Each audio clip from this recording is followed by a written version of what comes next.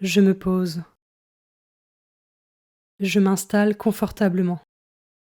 Dos droit, bassin ancré, muscles détendus, respiration naturelle et paisible.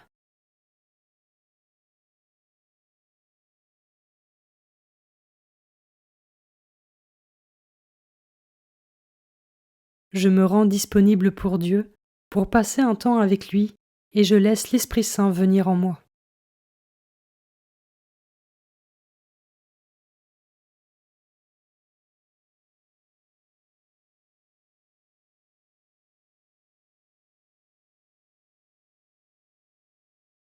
Commençons.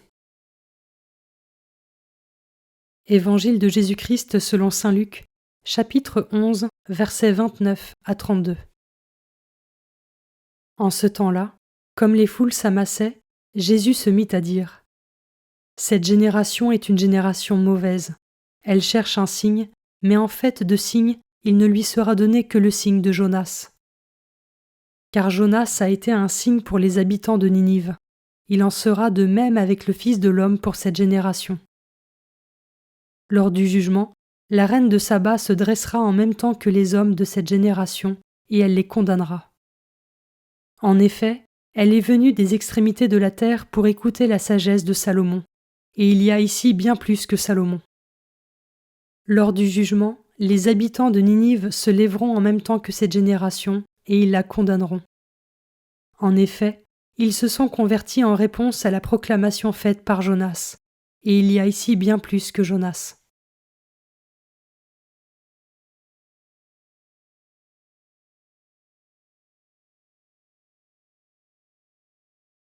Je commence par méditer ce verset. Cette génération est une génération mauvaise. Elle cherche un signe, mais en fait de signe il ne lui sera donné que le signe de Jonas. Cette génération dont il est question est une génération qui persiste dans l'aveuglement de l'esprit.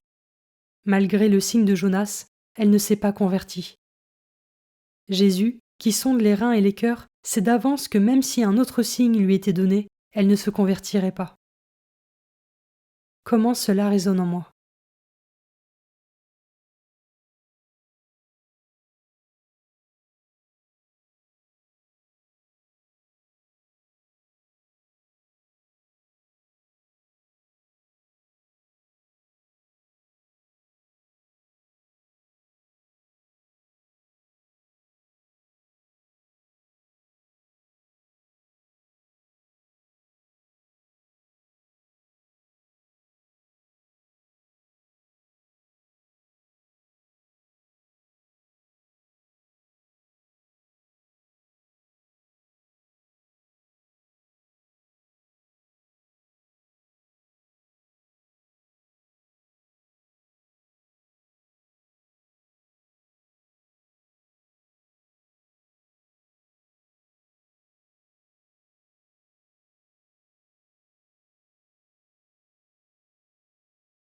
Je peux maintenant m'arrêter sur cet autre verset.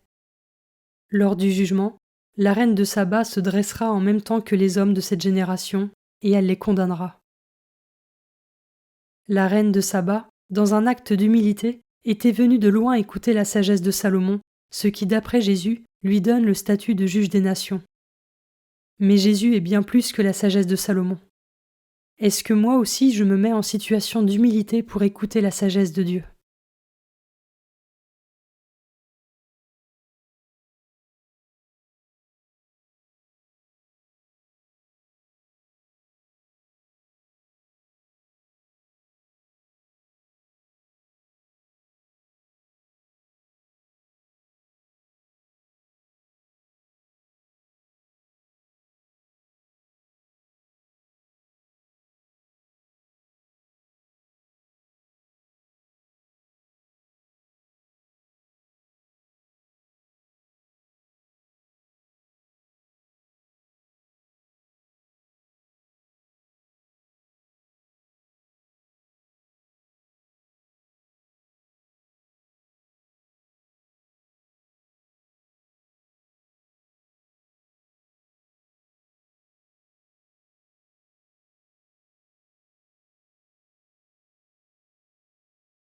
Je termine en méditant ce dernier verset.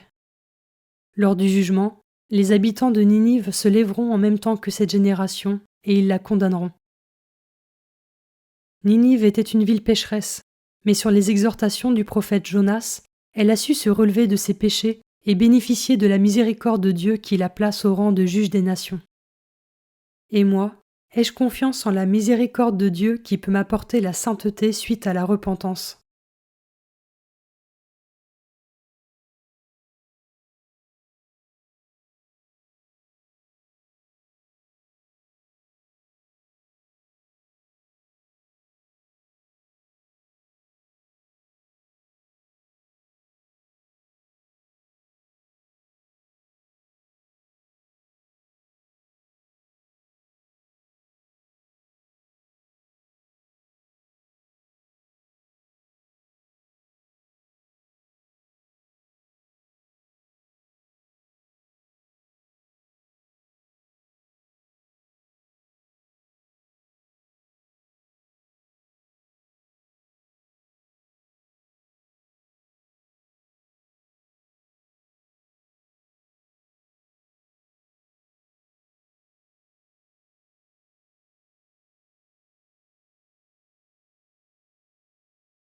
Avec mes mots, je rends grâce à Dieu pour ce temps de prière qui s'achève et pour ses bénédictions.